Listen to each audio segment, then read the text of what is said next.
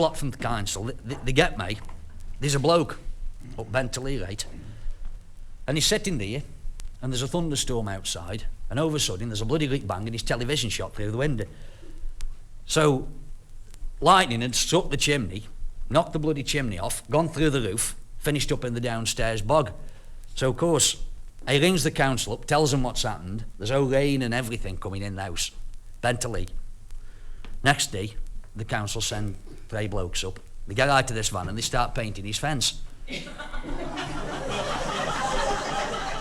So he's standing there, he can't believe this, he's watching them paint his fence.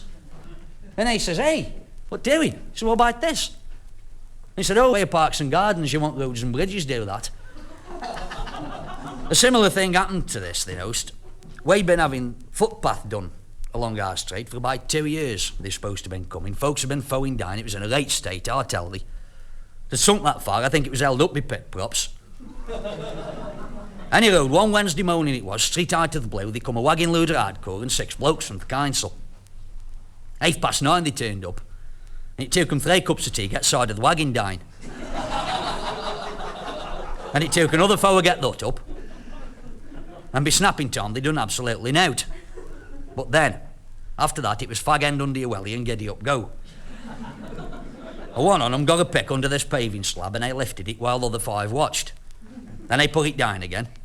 Then I lifted it again. Then I laid it up on its end. Then they stood talking about it for the next 2 hours, and by knocking off time, they'd managed to lean it up again purse lock its woe.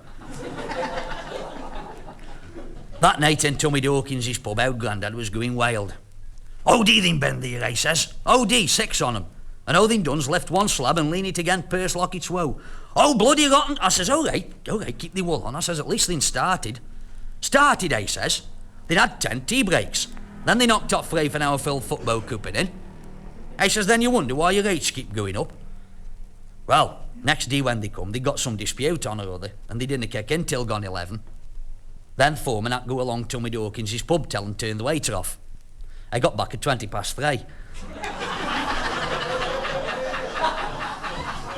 "Stop got stuck," I says. "Man, they be this time, the rest on them had managed to lift another slab. They hadn't quite made purse lock its row with it, but then it was tea time again, say. One on them knocks on Owd Grandad Piggott's door. I says, "What fills me belly, mister?" Owd Grandad says, "Hey, you lot want slow down.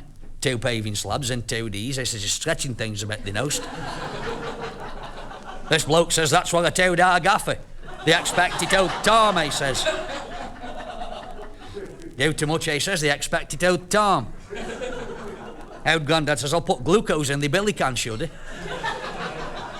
"Now," I says, "sugar will do." I says, "Sorry, trouble, they'll well be gone in 4 week. Well, that night in the pub, you couldn't have shut Owd Grandad Piggott up. 4 week they'll buy there, I says. 4 week just for level a bit of bloody pavement type between our ice and Hildraspin old shop. I says, "All soak things right." I says, "Don't matter about that." Well, next day, Owd Grandad was watching these blokes from the upstairs window. Oh, moaning I watched them. They didn't do a lot. One bloke cut his finger on a tin lid and t'other 5 bandaged it up for him. Then at dinner time, they all went down to the pub, and Owd Grandad Piggott galvanised interaction. 2:08, these blokes are still sitting there and Tommy Dawkins is playing dominoes, and foreman says, "Right, lads, that's it, last kitty." So there's a bloke standing with the bar. He says, "I'd stop there if I was you." Well, they looked at him.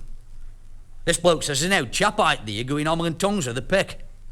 I said, "Has been for the last hour." I said, "Give him another 20 minutes, I'll have it done for thee."